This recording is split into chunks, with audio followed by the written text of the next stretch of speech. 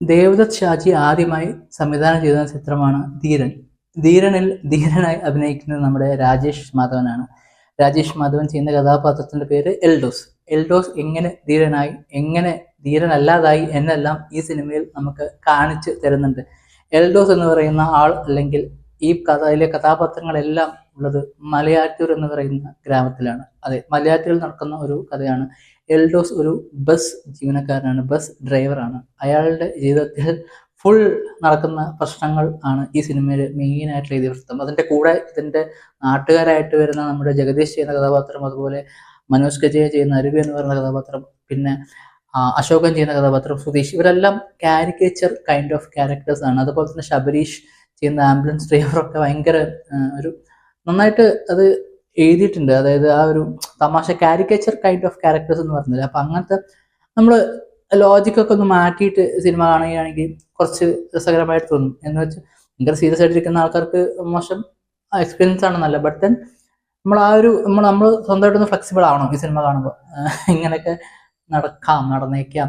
വിനീതിൻ്റെ ഒരു കഥാപാത്രമുണ്ട്. വിനീത് ഭയങ്കര രസകരമായിട്ടുള്ളൊരു ഈ റോഡിലുള്ളൊരു ഒരു അത്തർ വിൽപ്പനക്കാരനാണ്. പുള്ളി ആക്ച്വലി നന്നായിട്ട് വലിയ കുഴപ്പമൊന്നുമില്ലാത്ത രീതിയിൽ തന്നെ സിനിമ ചെയ്യുന്നുണ്ട്. എനിക്ക് തോന്നുന്നു ബാവുട്ടിയുടെ നാമത്തിൽ എന്ന് പറയുന്ന സിനിമ കഴിഞ്ഞിട്ട് ഇത്തരത്തിലൊരു വെറൈറ്റി റോള് വിനീതിന് കിട്ടുന്നത് ഇപ്പോഴാണ്. അല്ലെങ്കിൽ എല്ലാം പുള്ളി ചെയ്യുന്ന സീരിയസ് ക്യാരക്ടേഴ്സ് ഒക്കെ തന്നെ എല്ലാവർക്കും അറിയുന്ന പോലെ.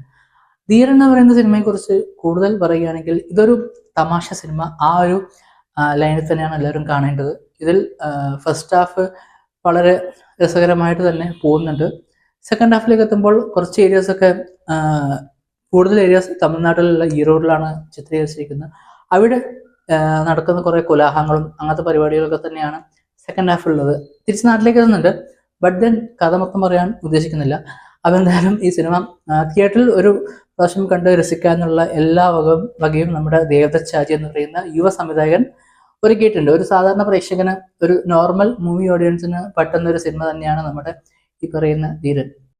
ഈ സിനിമയിൽ പെർഫോമൻസിനെ കുറിച്ച് പറയുകയാണെങ്കിൽ സീനിയേഴ്സ് ആയിട്ടുള്ള നമ്മുടെ ജഗദീഷ്, മനോജ് ഗജയൻ, അശോകൻ, സുധീഷ്, അതുപോലെ തന്നെ വിനീത്, ഇവരെല്ലാവരും രസകരമായിട്ട് തന്നെ അവരുടെ ആ ഒരു കൈൻഡ് ഓഫ് സ്റ്റൈല് തന്നെ സിനിമ എല്ലാം അവതരിപ്പിച്ചിട്ടുണ്ട് ധീരനിൽ. അതുപോലെ തന്നെ രാജേഷ് മാധവന്റെ കഥാപാത്രം കുറച്ചും കൂടിയും വേറൊരു തരത്തിലാണ്. പുള്ളി കുറച്ച് സീരിയസ് മൊമെന്റ്സ് ഉണ്ട്, കുറച്ച് എന്താ പറയാ, കുറച്ചൊരു തമാശ പരിപാടികളൊക്കെ ഉണ്ട് ഫസ്റ്റ് ഹാഫിലൊക്കെ കാണിക്കുന്നുണ്ട്. അത് നന്നായിട്ട് കുഴപ്പമൊന്നുമില്ലാത്ത രീതിയിൽ തന്നെ വന്നിട്ടുണ്ട്. അതുപോലെ തന്നെ അശ്വതി മനോഹരൻ എന്ന് പറയുന്ന നായിക, പുള്ളിക്കാരി നമ്മുടെ ലവ്ലിയിലുണ്ടായിരുന്നു. അത് കഴിഞ്ഞപ്പോൾ വരുന്ന സിനിമയാണ്. പുള്ളിക്കാരിക്ക് അത്യാവശ്യം സ്ക്രീൻ പ്ലേസ് ഒക്കെ ഉണ്ട്. എന്തായാലും കൊള്ളാവുന്ന ഒരു കഥാപാത്രം തന്നെയാണ്. കുറച്ചൊരു ഡിഫറെൻ്റ് ആയിട്ടുള്ളൊരു നായിക സങ്കല്പമാണ്. നമ്മുടെ ഈ കാലത്തെ കുറച്ച് റെപ്രസെന്റ് ചെയ്യുന്ന ഒരു നായിക തന്നെയാണ്. പിന്നെ ബാക്കിയുള്ള വിനീതിന്റെ ക്യാരക്ടറാണെങ്കിലും അതുപോലെ തന്നെ ബാക്കിയുള്ള എല്ലാ ക്യാരക്ടേഴ്സും, ഒട്ടുമിക്ക ആൾക്കാരുടെയും എന്താ പറയുക, പെർഫോമൻസുകളൊക്കെ നന്നായിട്ട്, ശബരീഷിന്റെ ആണെങ്കിലും രാധാകൃഷ്ണന്റെ ആണെങ്കിലും അത്യാവശ്യം നന്നായിട്ട് തന്നെ കാര്യങ്ങളൊക്കെ അവർ ചെയ്തിട്ടുണ്ട്. എന്തായാലും ഒരു പ്രാവശ്യം കാണാൻ പറ്റുന്ന ഒരു സിനിമ തന്നെയാണ്. ഇതിന്റെ പാട്ടിനെ കുറിച്ച് പറയുന്നില്ല, പാട്ടുകൾ രസമുണ്ട്.